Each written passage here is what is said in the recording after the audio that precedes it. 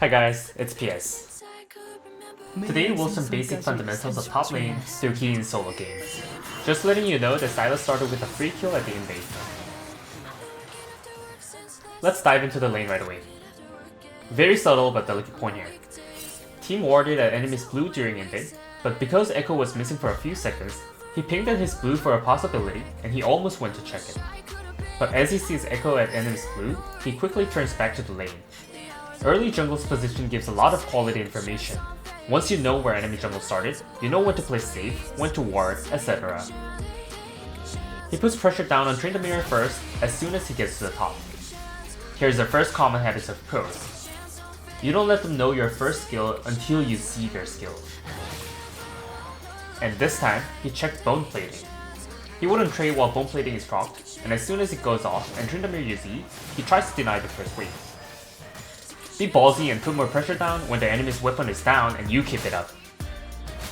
Here's a small tip. Normally the fundamental of trading is that you trade when enemy is last hitting a minion, which makes a one-sided trade. If you use it against, while I am last hitting a minion, he's gonna trade, and use his timing to trade against. In early lane, of course CS is important, but denying through early trade advantage can bring more benefits, so you need to put a lot of effort on early trade. Also, damage you get from getting denied feels even worse because the lane is so long, so it's more important to understand your champion, as well as common top champions, and their characteristics. Right now is when he pushed first and the second waves. You should memorize this timing like a formula. It's jungle's level 3 timing, meaning they just cleared 3 camps. Especially top laners should use junglers well. Let's think in jungle's perspective. They have 3 choices at this time. Gank, look for a counter gank, or go for a full clear.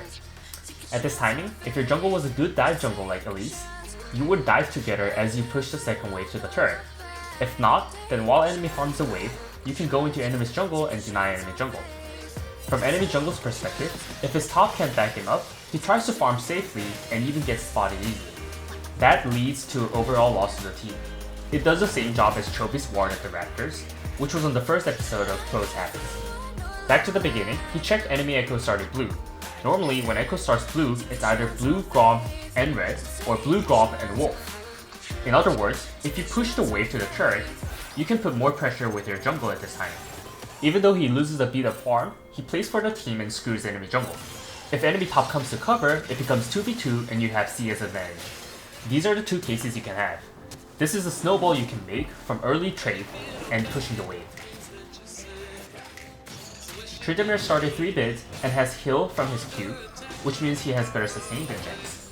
And because Gin doesn't have much health, if he doesn't use TP advantage, he can get ganked or Tryndamere can trade very aggressively on the next wave. Kill trade on the lane pushed towards you is a huge loss due to CS loss. And this is a siege wave, which is hard to push fast in low level. So Gin is clearing the wave just out of enemy's range instead of focusing on training. Eventually, he couldn't clear the wave and he doesn't have counter-strike. Now he has to think of a dive on the next wave. So he immediately decides to recall before he loses CS from the turret. This recall achieved 2 goals. First, it cut the chance of dying and CS lost after the death. Second, if enemy jungle was planning for a dive, it wasted his time and path and gives ally jungle to plan any paths on bot side. Gin recalls right at the turret range if enemy decides to interrupt. He considered that if he recalls all the way in the back, it gives enemy more time to push the wave. The last minion was just before dying, so he teleports onto the minion and holds the big wave. A perfect recall timing. Teleporting on the last surviving minion gives Jax 2 advantages. First, if Tryndamere doesn't interrupt, he can tank some damage and freeze the wave. Second, if he does, then just walk back to the turret but pretending to freeze earns some time.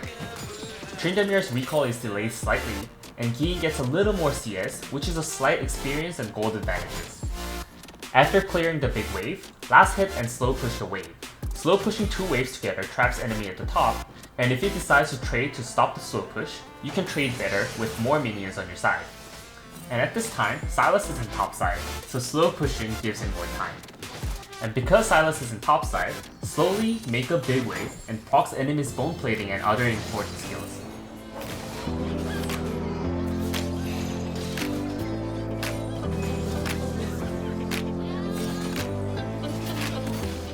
Uh-oh, a huge accident. Tryndamere hits level 6 from kill experience. The best plan was to dive Tryndamere with a big wave before Tryndamere hits level 6. But Gi makes a super play with his flash.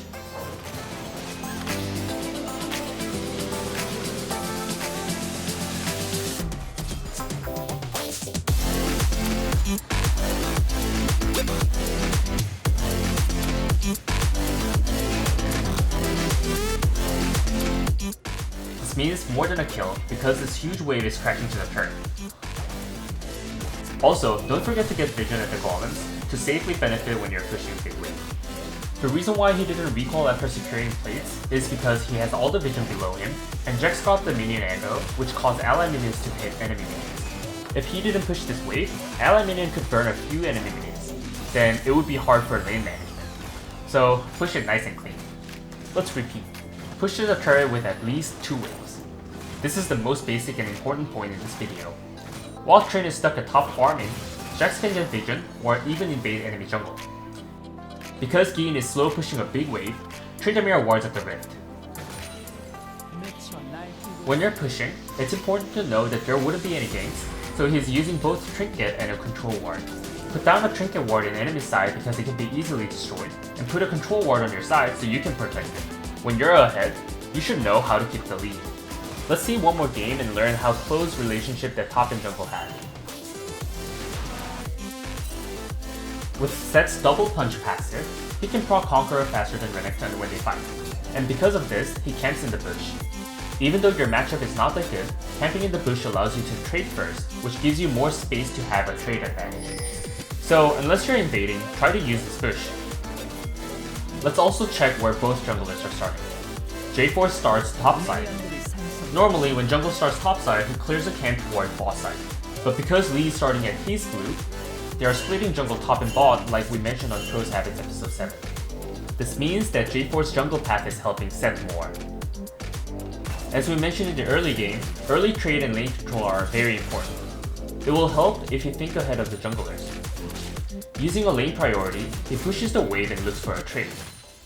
Renekton just wasted his Empower Q, which probably is a sad mistake and now it gets punished.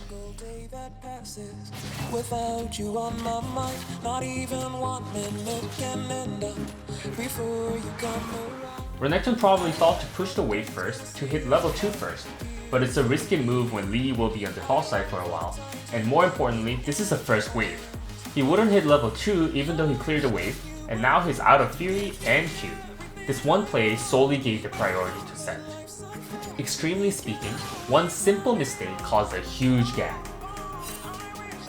What is the only way to break this chain? Mid laner can roam with his mid push priority since Lee is still in bot side. As you see right now, Diana is walking toward top side to pressure J4. If mid didn't read the whole game and just push down pressure only in mid, he'll just cry and blame his team at the end.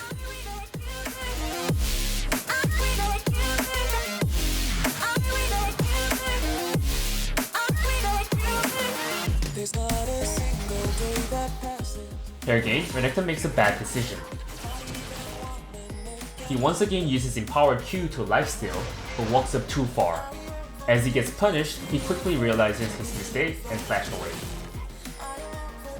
Meanwhile, jungle and mid are fighting in the jungle, but both top laners can't help with this low health, and they don't want to waste a cannon wave at this time, which will be a big loss. Renekton looks for a kill right here, but the damage from Empower Q and a normal W was little short to kill Set, and he ends up giving the first blow. Keep in mind that you get all the minion aggro if you engage first. Keen recalls in the closest bush because he can escape from Renekton with Flash, and because the big wave is pushing toward Renekton, he uses Teleport to minimize his CS loss. As Renekton wastes Q and W, he pushes the wave and dives. In case he misses W, he uses Flash to secure the kill. So far, this can simply look like a kill from minion advantage and push priority. But he could have the push priority because he knew Lee was at bot side. Also, it's important to trade when the enemy wastes his abilities regardless of your health. To get better at top laning, of course you need to have good understandings of each champion. But because there are so many top champions, it takes too long to try all of them. Today's video, however, talks about the basics of overall top laning. Please make these points your habits. We'll rewind a little bit. Even if he traded kills here, he gets more advantage because the big wave is crashing to the turret and the next wave will be pushed toward him. As we discussed on Chove's habits, lane management is the most basic and starts the snowball, and can be reasons for every champion's pathing.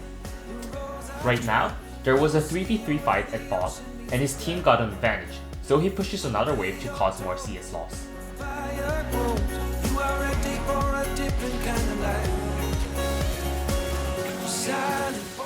Now, this is when jungler's pathing is resetted, but because Dragon is spawning, it's important to read the game while walking back to the lane.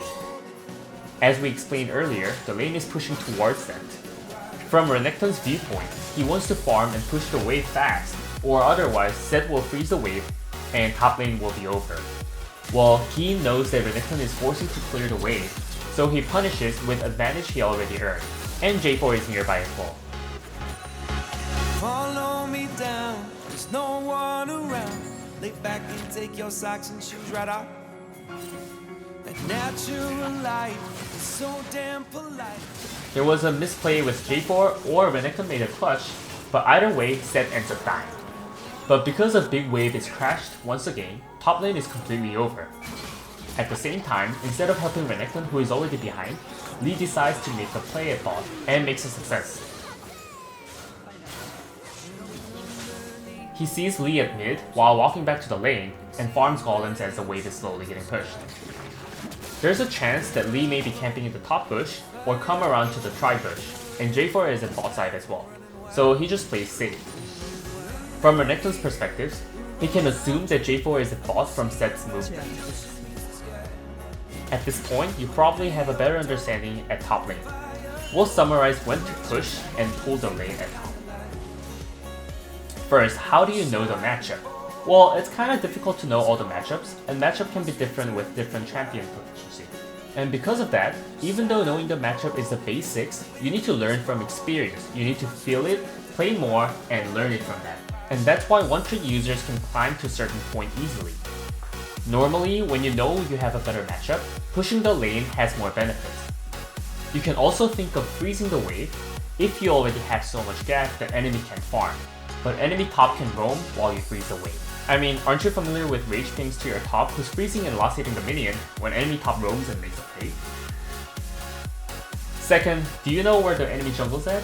If not, either push the wave and prepare to recall, or pull the wave safely. But if you pull a big wave, that has a risk of getting dove, so clear some minions from distance. If you know where the enemy jungle's at, and if he's far away, continue laning with your matchup. However, if the jungle's close enough, clear some minions and pull the wave so you don't get dove.